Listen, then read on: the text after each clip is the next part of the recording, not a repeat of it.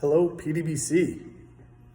I came to this exact spot several months ago in March when we were supposed to be fitness testing to share some thoughts on the circumstances at the time and the pandemic and the shutdown. And so here I am again today. It's now October.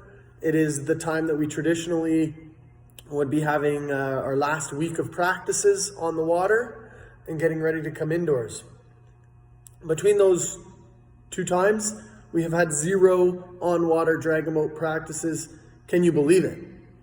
But here I am. I am wearing a different uniform, so that is some of the excitement that we have these brand spanking new uniforms and can't wait to launch them as soon as possible. I want to start today by telling you about my first ever dragon boat experience. And I was between high school and university. I was about 18 at the time. And one of my legendary coaches, John Hollins, was putting together a team to go out to Vancouver and race. I didn't have any dragon boat experience, but I had a lot of kayaking experience. And I was asked to join the team, and that was a big thrill. And the biggest memory I have of this is my mom saying, "You're not allowed to go until you find out if you got into university." Because the university applications were out, but the responses were not in at this time. And it's maybe the day before we're flying or something like that. And my mom makes me sit down at the kitchen table and call my universities. It was a different day, a different age. And I had 3 applications out there, and only one was successful. 2 of them were not.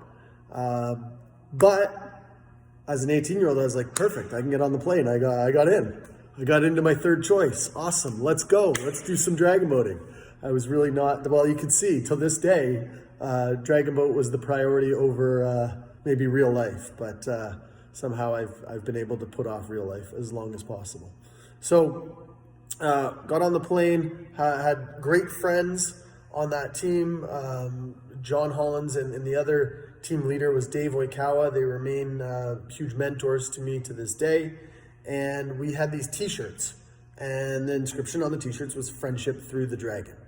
And that was our racing jersey for my first ever dragon boat race, which happened to be this giant festival out in Vancouver, BC, and just all of these sensations. It was just an outstanding experience for someone who didn't have any experience in this sport to that time. It was quite a get thrown in the deep end. So that launched this journey that I've been fortunate enough to be on, that has, these sensations have not stopped. Dragon boat has taken me across the world, has taken us, has created this family experience at PDBC where we support each other and where I've been introduced to these phenomenal people from my community and from other communities.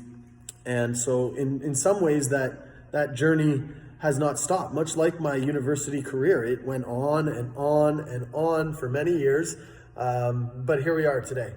And so that first race was this real thrill, this real roller coaster ride of going up and just, being amazed by all the opportunity that there is. And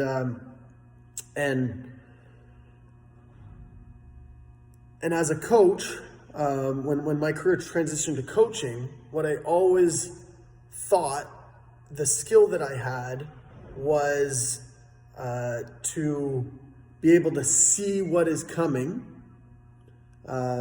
maybe before my athletes could or before my team could, to see the potential and to try to help unlock that potential, even if the athlete or the team did not have that same perspective.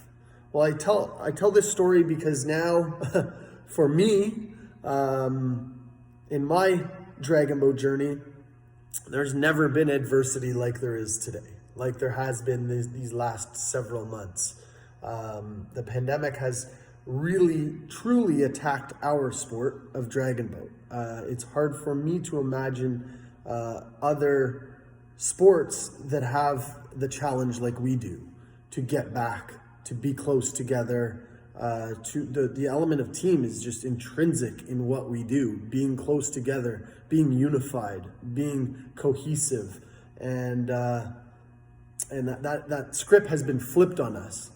So I'm having my biggest adversity, my biggest challenge since that first Friendship Through the Dragon experience, because it's becoming difficult. It's challenging to see the future. It's challenging to see the calm once we get past these waves, and our world right now is not friendly to team sports. It's not friendly to dragon boat racing, and so this message is to just kind of share that, to share this sense of adversity, and I say that because when I do look back at PDBC, that is probably our greatest strength. That's probably the thing that has impressed me the most, that has been the most enjoyable part of my experience as a member of PDBC, has been overcoming adversity together. Moments. One just jumped into my brain of our Senior C men, our Senior C Open, I should say, with 7 women in the boat in Hungary, and not winning their first race in the morning, and ultimately being victorious because they believed in each other and bonded together and stuck to our values. And I think that is our value. Our value is overcoming adversity together. Our value is sharing the torch, that we're not just 20 in a boat, we are 100 in a boat, that we are all there for each other. And so now more than ever, I think, and I hope that our core values will jump to the forefront and will get us all through this together and back into a boat with energy, with health, with positivity. And that just brings me to some of the absolute fantastic things that have taken place since we last talked. And that's this thing that I'm wearing. Our uniform committee had no idea that these beautiful uniforms would not be seen by the world, that they would have to be modeled individually, not collectively, when we were meeting last year at this time in October, and November, and December, and January, and February, and finally in March when we came to a conclusion. So this has been a huge excitement that we have a new brand for PDBC. It's an exciting brand. I'm very proud of the work that committee did, and you as an athlete should be excited to display this with your teammates in due time. So I'm really thrilled that we have these. Would have liked to launch them earlier, but that day will come, and we'll still look like rock stars when we are on the water. I want to congratulate everyone who paddled this summer. It has been obvious that we are now a club of paddlers. We are not just a club of dragon boaters. We are people that love the sport and that have committed to this sport as a lifestyle. And I think, frankly, if you go through it, that is the ultimate goal. I think in many ways we are achieving our ultimate goal of being a collective of paddlers.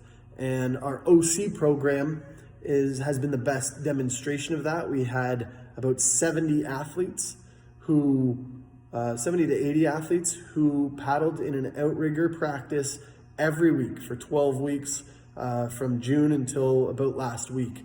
And so I want to congratulate those 80 athletes. I saw some phenomenal accomplishments. I saw such a huge improvement rate throughout the summer. And it was really exhilarating to see athletes improve and to see those athletes do something that maybe they didn't know they were capable of when they started. It was very, very cool.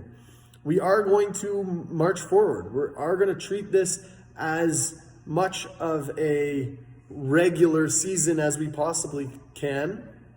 And we're going to do a virtual banquet. Don't know exactly how it's going to look. It's going to be a lot of interactive videos like this, but we're going to tell a story.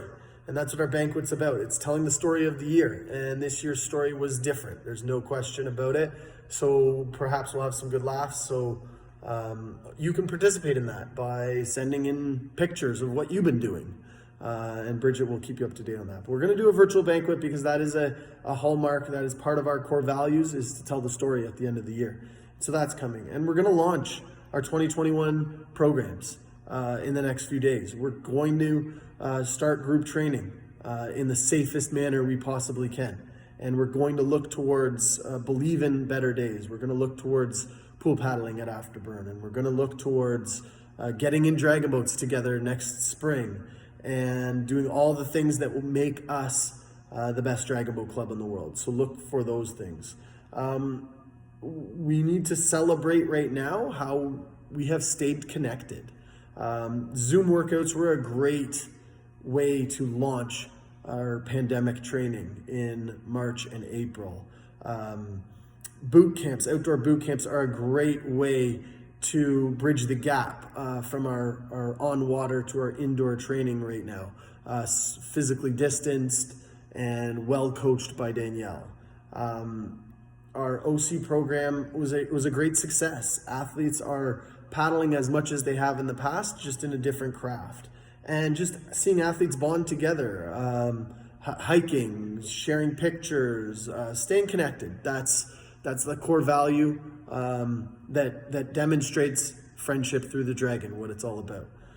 So I commend all of us for doing that, and really I ask us all to just leverage our what I think is PDBC's greatest value, and it is that friendship. It is that bond. It is that collective coming together during adversity.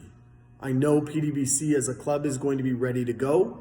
I hope all of us as individual athletes are going to be ready to go as soon as we get the green light.